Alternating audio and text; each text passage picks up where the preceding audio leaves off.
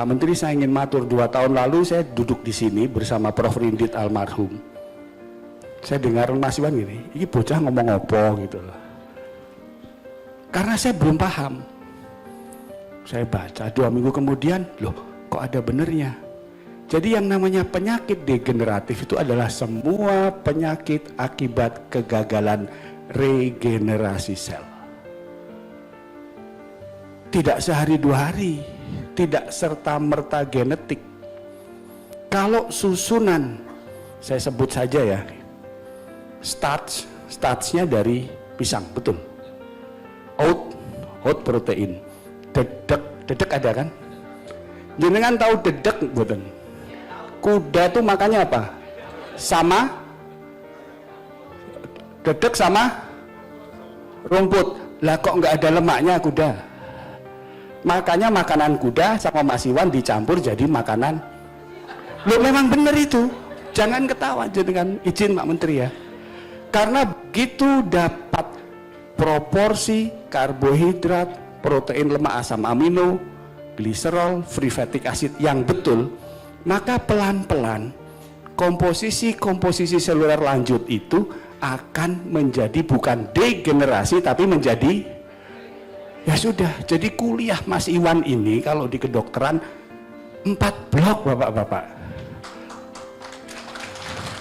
Yang paling bahaya dari resistensi insulin adalah aterosklerosis.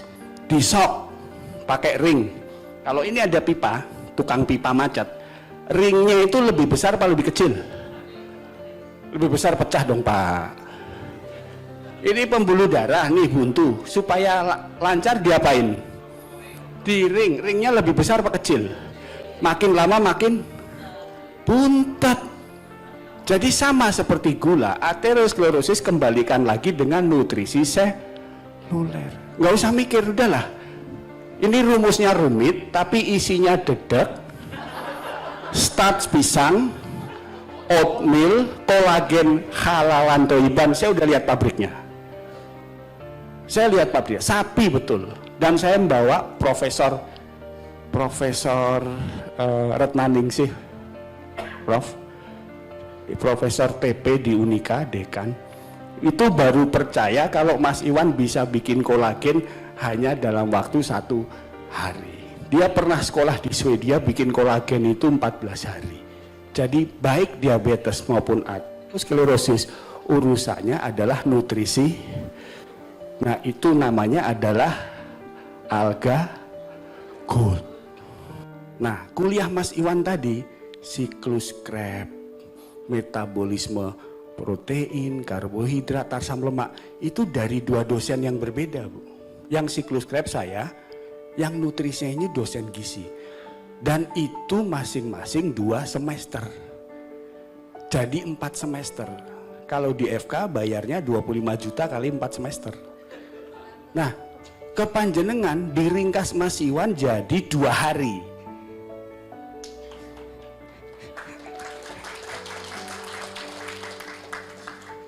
Jadi memang terlalu pintar Mas Iwan ini.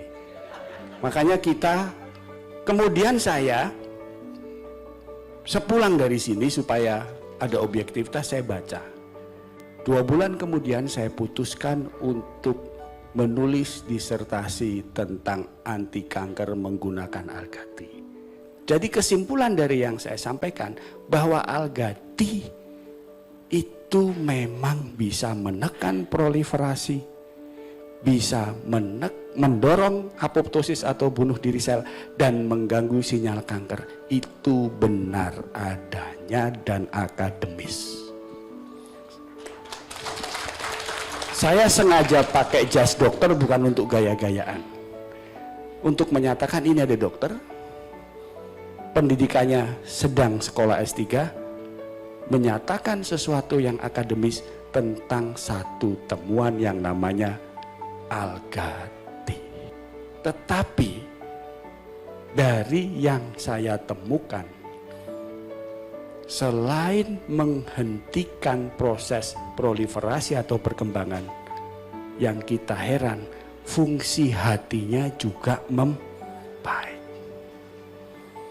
Kita periksa, loh SGOT-nya kok turun, SGOT turun, yaitu karena dengan nutrisi yang betul sejak awal, kerja hati untuk memproduksi asam empedu. Asam empedu itu untuk mecah lemak. Sel itu nggak butuh lipid, Bu.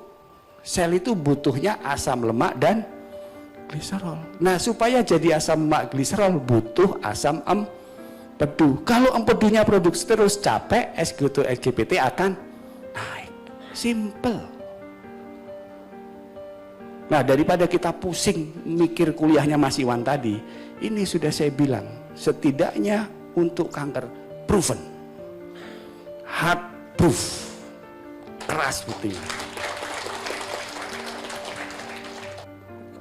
Secara teknikal saya sudah selesai riset, tinggal menyelesaikan jurnal-jurnal, dan itu untuk membuktikan apakah hipotesis Pak Iwan itu betul secara akademis.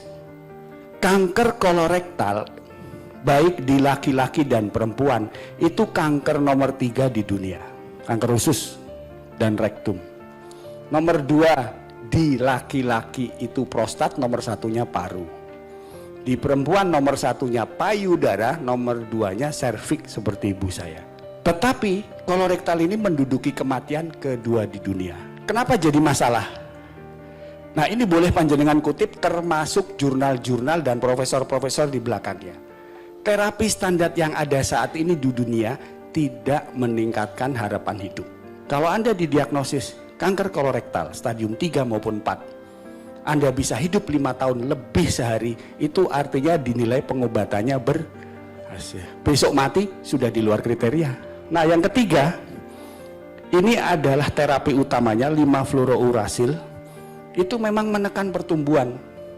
Dikasih itu 2 bulan, nggak tumbuh dia. Dibiarin 2 tahun, tiba-tiba sudah stadium lanjut. Itu bukan saya yang bilang loh, ini para profesor semua. Jadi ini bukan omongan saya, tapi omongan para peneliti terdahulu. Jadi kalau di kalangan akademis Bapak Ibu, kalau ngomong omongan kita sendiri, belum bisa dikonfirmasi sebelum ada asal muasal penelitiannya.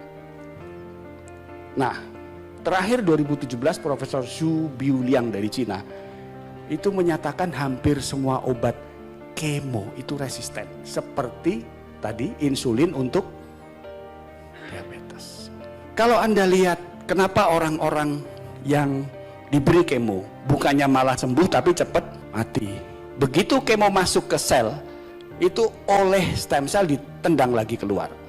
Nah, ini yang diterangin Mas Iwan, aldehid dehidrogenase. Dia nyolong-nyolong, karena dicolong elektronnya terlalu banyak jadi nggak stabil, rusak, jadi kanker.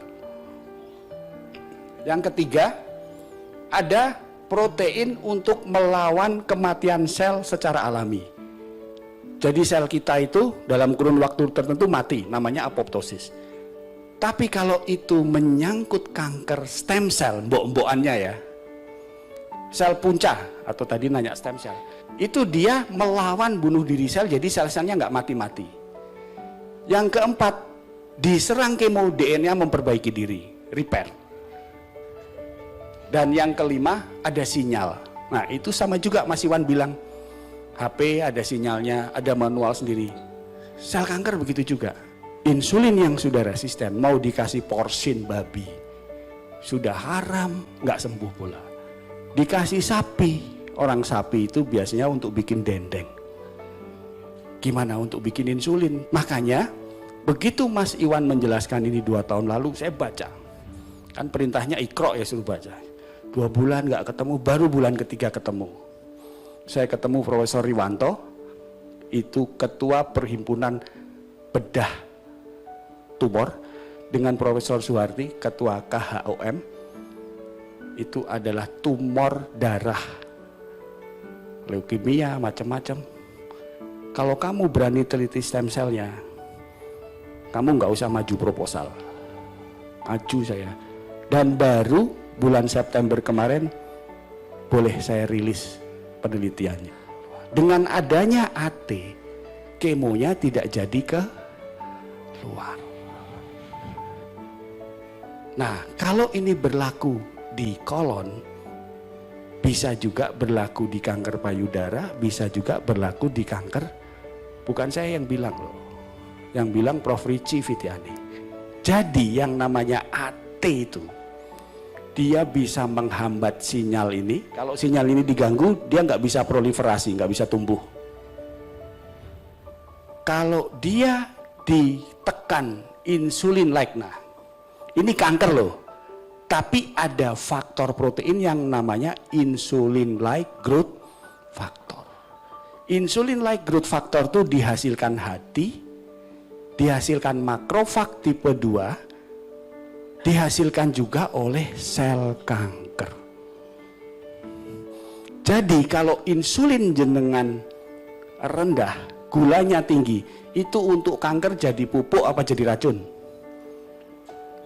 Jadi pupuk, Bapak Ibu. Jadi benar adanya, saya baru sadar 3 bulan setelah ketemu Mas Iwan, mengatasi resistensi insulin dengan nutrisi seluler yang benar sejak awal, itu tidak hanya mengatasi diabetes, tapi juga menghentikan pertumbuhan kanker. Dengan sudah lulus S2 ini.